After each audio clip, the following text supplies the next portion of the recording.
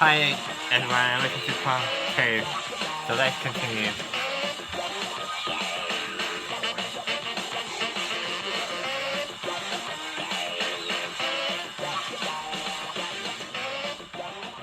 Hey, I bet you've seen this before. Look at this. Horrible, isn't it? The dirty water after you've been painting. It always seems to go a murky sludge brown colour. Down the drain? No way. It's perfect for creating old-fashioned looking sepia pictures. Watch this. If you just draw a picture of anything you like in pencil, and this technique works well for landscapes, portraits of people, animals, and outdoor scenes, then make sure your dirty water is really murky brown. You can add in some more paint to make it browner, if you like, and darker, and then just simply paint it across your picture in a rough oval shape. There it is. Slop it on and just get a sort of rough oval. Doesn't need to be neat or anything. See this? And it gives it a sort of misty sepia colour, a sort of light murky brown.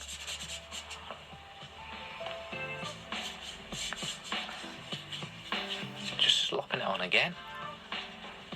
I'm going to that to the And then just leave it to dry. Shouldn't take too long in here because all these lights are really hot. And when it is dry, just paint the background layer in a medium shade of sepia brown. So you want your dirty water darker, so just add more brown into it. And if you haven't got brown, just try mixing some red and green with a tiny bit of black just to make it darker. And then paint it onto your background. So here we go, slightly darker. And just following the shapes that were drawn. Like that. So here is a question for you guys. It won't smudge. My question The first layer is, is dry. do you guys It's just love a case of picking art? out all those bits of your picture that are sort of Do a you medium love shade. doing art? Do you love creating like pictures? Do you enjoy making sculptures? And again, just a little bit of the detail. Do you enjoy watching art programs? Just medium Let shade me know stuff. on Twitter and Instagram.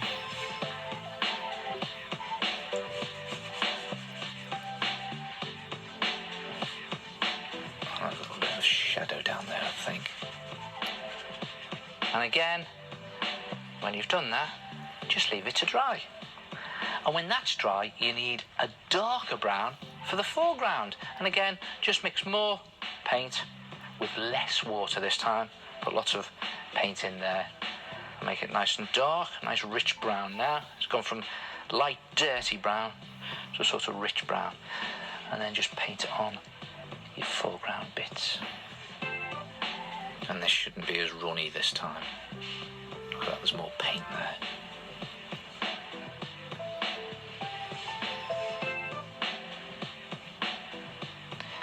And you can hint at a few bits of detail at this stage, not too much though.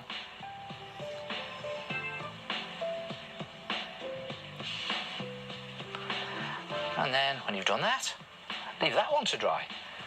And the idea then is to pick out some detail with even darker brown or even a brown felt tip pen. The idea really is to create a picture using different shades of brown instead of colours. So here we go. And there's hardly any water on the brush now at all. Mostly paint. And when you've finished, you should have an old-fashioned sepia picture which looks like it has faded around the edges thanks to your dirty water. Try it yourself. Create a sepia picture with misty edges using dirty water. I didn't make it again.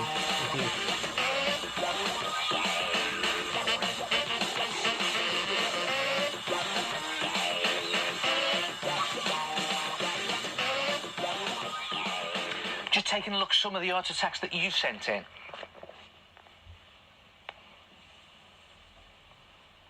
I'm speechless. They're so good. Take a look at this. Josh's country scene has been done with poster paint dabbed onto paper. The golds and the browns give it a real autumnal feel, don't they? And Andrew's portrait has been done brilliantly with acrylics. 15. I love his choice of unusual colours. Spooky. Ashley has interwoven different strips of coloured papers through sugar paper to create this interesting art attack. And Michael's picture here has been made with Hi. watered down poster paint. I really like the way the zigzag becomes less defined the further out it gets. Oil pastels have been used for this picture. Bevan's potted palm. A nice art material, that. And here's an interesting design from Charlotte. Look at this, a maze. Hey Charlotte, I bet you lost yourself designing that one, eh? I worked out my maze design in pencil first. I then turned the lines into hedges and coloured them in. Lastly, I finished it off with a black pen.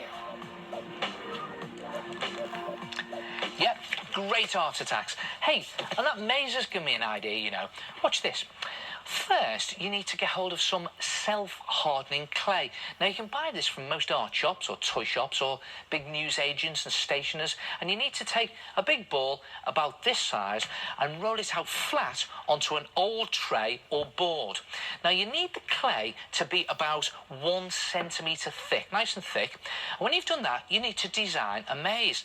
Now, take a paintbrush or pencil and use the end to draw the design into the clay. And an easy way to do a maze is to start with a start point.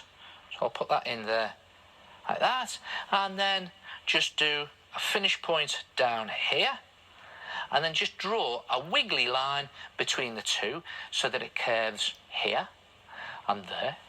But don't make any of the curves too tight. You'll see why later. And this will be your path through the maze. I think I'll go round here like that, up there, just wiggle away, and round we come, down there, and then up there, round, like that, curve round there, and into the finish. Now, to make the decoy paths, just draw some lines coming off that first line so that they go into other areas. Now, again, don't make any of the curves too tight. So I'll take that one up there and round like that, and this one off there, and just wrap it round like that. And don't let any of the lines go too near each other. And in fact, you could always work your maze out first on some paper and then copy it onto the clay. And when you've done the whole design, you need to dig the channels out along all of these pathways. Now, it's best to do a small section at a time and cover the rest of the clay with cling film so that it doesn't dry out. So I'll just do that top bit there. Now, to dig the channels out, use the handle of a plastic spoon. And the trick here is to make a channel that is deep enough for a marble or a bead to sit in, but not so deep as you go through to the bottom. Just going around there like that, and round there. Now just dig along the pathways, take your time, and as you dig, you'll be scraping out bits of the clay, and you can just put those back onto your main block and use it for something else later on. And it's a good idea just to keep checking as you go the width of your channel with a marble. Now I've got a bead here, I'm going to use a bead, so that's a good width there. See that in there? It's a good width, okay? And your marble or bead should be able to roll about freely but not fall out. And when you've dug out a little way along the pathway, use your finger to smooth it out. And again, it's a good idea to maybe use a little bit of water to just wet your finger, and on it goes, and it helps soften the clay and makes it easier to smooth the edges. And just keep digging like this all the way along the paths and smooth them out with your finger. It takes a while, and when you do go onto a different section, just move the cling film to cover the rest, and when you've done the whole thing, leave it on the board to dry hard overnight, and you should end up with something that looks like this. Look at that, a clay maze that has gone hard with a start and a finish and lots of pathways in between that your marble or bead should be able to roll about in. Perfect.